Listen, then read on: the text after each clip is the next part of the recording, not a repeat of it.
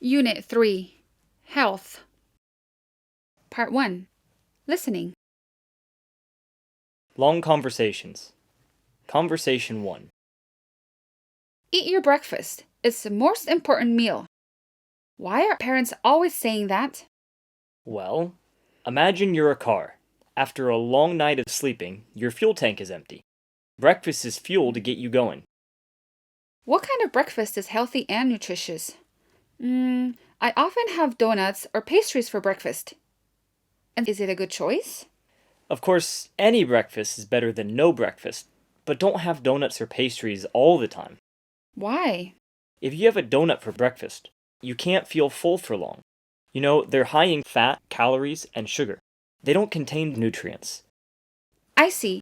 Just like other meals of the day, we should eat all kinds of foods like bread, cereals, milk, yogurt, eggs, and bacon? Right. Grain foods contain a lot of nutrients. Milk, eggs, and meats provide the protein we need. Exactly. By the way, fruits and vegetables are a necessary part of our diet. Sure, but not everyone knows the importance of having breakfast. Some people skip breakfast because they sleep too late, or they think it's a way to keep thin. But skipping breakfast doesn't help maintain a healthy weight. When I skip breakfast, I'll eat more throughout the day. So if people often skip breakfast, they'll probably become overweight, right? Yes. If you're always in a rush in the morning, try these quick breakfasts. They're easy to prepare. Yogurt, fruit, crackers, and nuts. Yeah, a healthy breakfast should be low in calories and high in nutrition, and include several components like protein, fiber, and complex carbohydrates. Write no more than 3 words for each answer in the following table. Conversation 2. We're pleased to invite the psychiatrist, Mary Smith, to give a talk on mental health. Nice to have a talk here. As a psychiatrist, I became personally interested in mental well-being when I experienced a series of losses. In the past 5 years, I've lost my parents and my husband. I suppose many people can't stand so many misfortunes. At first, I found myself thinking things like, why do I always have to lose everyone? It's unfair. But finally, I knew that way of thinking wasn't helpful. Sounds reasonable. So I changed my perspectives. Now, I'm even grateful to those misfortunes. They teach me how to be stronger. The same thing may seem different when observed from different perspectives. I'm wondering what keeps you mentally stronger. Well, gratitude is one of the most effective ways to be far away from self-pity. Self-pity makes us focus on our problems and stops us from taking steps. And then, how would you keep a balance between negative emotions and positive emotions? You see, emotions can influence our thinking. When we're excited about an opportunity, we underestimate the risk. When we're anxious, we overestimate the danger. That's the situation we are frequently facing. So try and balance emotions with logic, and then you can calculate the risk and go ahead. Sometimes our emotions are influenced by others. For example, watching other people achieve their goals can stir up feelings of envy. Do you see that? Oh yes, but when you spend time envying other people's success, it takes time away from working towards a goal. Exactly. Dr. Smith, thank you for coming along and giving a talk. Complete the following sentences by using the exact words you have heard from the conversation or your own words. Passages. Passage 1. Vaccines are among the most effective interventions in modern medicine. Since Edward Jenner's first use of a vaccine against smallpox in 1796, the use of vaccines has become essential in fighting against smallpox. In the 20th century alone, smallpox claimed the lives of about 375 million people. But after the vaccine campaigns of the 19th and 20th centuries, smallpox was eradicated in 1979. Today, more than 70 vaccines have been licensed for use, saving countless lives. The success of this public health intervention is due to the effective use of vaccines, because vaccines help to save lives, preserve good health, and maintain a high quality of life. Despite this legacy, infectious diseases still cause a lot of suffering to human beings. Vaccines still have to realize their full potential for three reasons. Firstly, effective vaccines are often not available in developing countries. It is estimated that every year more than 1.5 million children, 3 per minute, die from vaccine-preventable diseases. Secondly, effective vaccines have not been developed for diseases like human immunodeficiency virus, HIV, infection, tuberculosis, and malaria, which claim the lives of more than 4 million people worldwide each year. For these diseases, it has been difficult to show preventive immunity because protection against these pathogens requires a distinct approach to vaccine design. In these cases, the challenge is greater, the development path longer, and the outcome less certain. Finally, many vaccine technologies are old and ill-suited for a rapid response to emerging outbreaks. For example, influenza vaccines rely largely on a 50-year-old technology. As a result, current seasonal influenza vaccines are not always well matched and effective. Traditional vaccines have shown their success in preventing infectious diseases and preserving public health, and the success has signified the arrival of a new era for vaccines.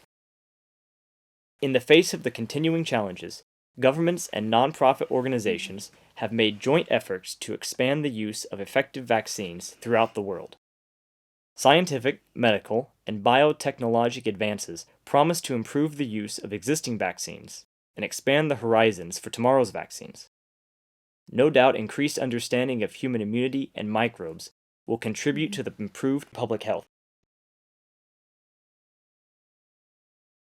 Choose the best answer from the 4 choices marked A, B, C, and D to answer the question you have heard. Question number 1. What does the passage talk about the vaccine against smallpox?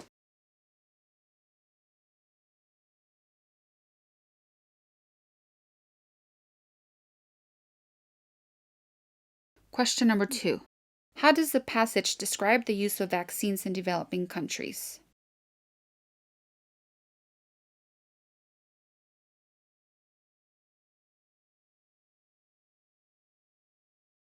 Question number 3.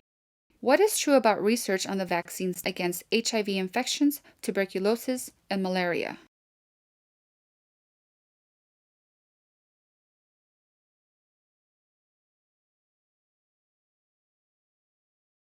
Question number 4. What does the passage speak of influenza vaccines today?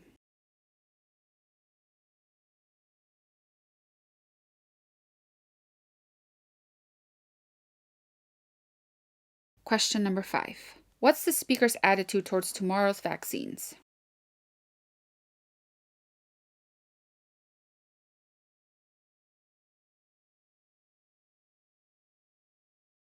Passage 2.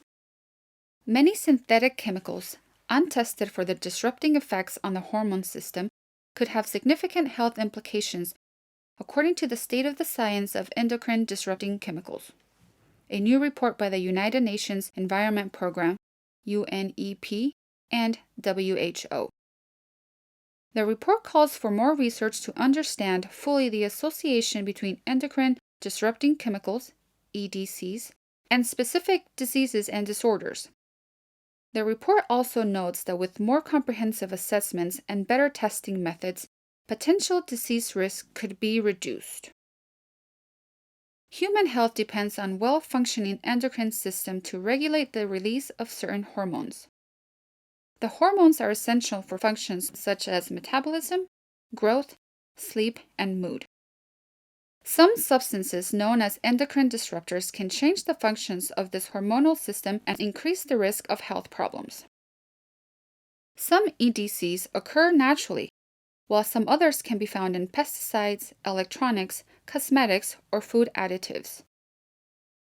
Achim Steiner, UN Undersecretary General and UNEP Executive Director, said, "Chemical products are increasingly part of modern life and support many national economies, but the poor management of chemicals challenges the achievement of key development goals and sustainable development for all." EDCs can enter the environment mainly through industrial and urban discharges, agricultural runoff, and the burning and release of waste. Human exposure to EDCs may contribute to the development of breast cancer in women, prostate cancer in men, and developmental effects on the nervous system in children, etc. Akim Steiner also said, investing in new testing methods and research can increase our understanding of the cost of exposure to EDCs. When more research is done, we can reduce the risk, maximize benefits, and make more intelligent options. Then we can realize and transition to a green economy. Dr. Maria Neira, WHO's Director for Public Health and Environment, said, "We urgently need more research to obtain a fuller picture of the health and environment impacts of endocrine disruptors. The latest science shows that communities across the globe are being exposed to EDCs and their associated risk. WHO will work with partners to investigate the links between EDCs and health impacts in particular. We all have a responsibility to protect future generations." Complete the outline below. Write no more than 3 words for each blank. Lecture. Good morning. Let's start with some good news that biochemical research has changed the outcomes for many serious diseases in the United States. If you want the really big numbers, look at the following numbers. Heart disease used to be the biggest killer, particularly for men in their 40s. Today, there's a 63% reduction in mortality from heart disease. AIDS was once thought to be serious, meaning a 20-year-old man who became infected with human immunodeficiency virus, HIV, was not expected to live weeks, months, or years.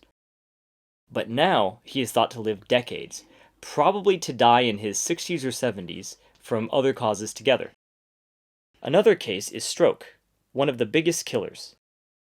Actually, if you get people into the emergency room within 3 hours onset, 30% of them will leave the hospital without disability. Remarkable stories, good news stories, all of which boil down to understanding something about diseases that has allowed us to detect early and intervene early. Early detection, early intervention, that's the story for these successes. Unfortunately, the news is not all good. Let's talk about suicide. This is, of course, not a disease per se. It's a situation that leads to mortality. What you may not realize is just how prevalent it is. There are 38,000 suicides each year in the United States. That means one suicide about every 15 minutes. That's the third most common cause of death between the ages of 15 and 25.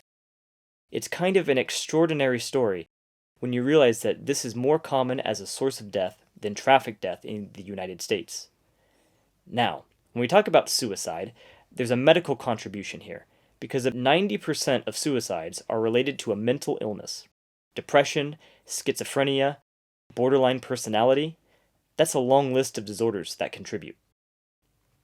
You're probably thinking that doesn't make any sense. I mean, cancer seems far more serious. Heart disease seems far more serious. But you can see actually they are further down the list. So what drives the disability for these disorders, like schizophrenia and depression? Why are they number 1 here? Well, there are 3 reasons. One is that they're highly prevalent. About 1 in 5 people will suffer from one of these mental disorders in the course of their lifetime. The second is that for some people, these mental disorders become truly disabling, and it's about 4% to 5%. Finally, mental disorders start early in life.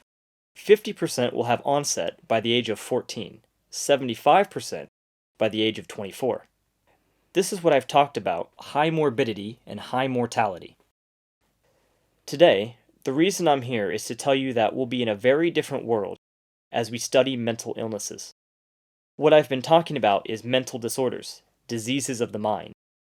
These 2 terms are becoming unpopular these days, so we need to rethink of them as brain disorders. Brain is a complex organ, and we're just beginning to understand how to study it. While we don't have an in-depth understanding of how brain disorders are abnormally processed or what the brain is doing in these illnesses, we've been able to identify some of the ways in which the circuitry is different for people who have these disorders. The tools that we have now allow us to detect the brain changes much earlier, long before the symptoms emerge. Let's go back to today's talk. Early detection, early intervention. If we decide that someone with one of these brain disorders has a behavioral disorder, we wait until the abnormal behavior becomes evident. And that's not early detection, not early intervention, right? Today, probably we don't have all the facts about brain disorders, but this tells us how we need to think about them and where we need to go. Are we going to be there soon? I think so. I'd like to finish my talk by quoting Bill Gates saying, "We always overestimate the change that will occur in the next 2 years and underestimate the change that will occur in the next 10. Thanks very much. 1. Choose the best answer from the 4 choices marked A, B, C, and D to answer the question you have heard. Question number 1. What is the main idea of this lecture?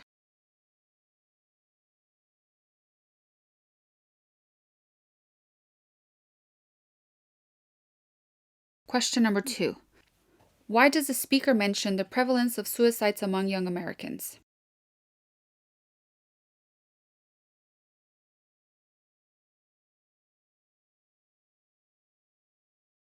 Question number 3.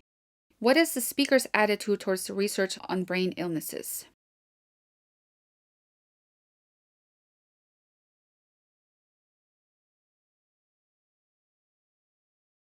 Two, use your notes to decide if the statements below are true or false.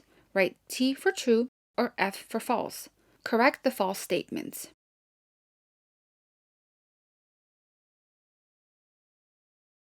3. Fill in the blanks to complete the notes according to the information you have heard.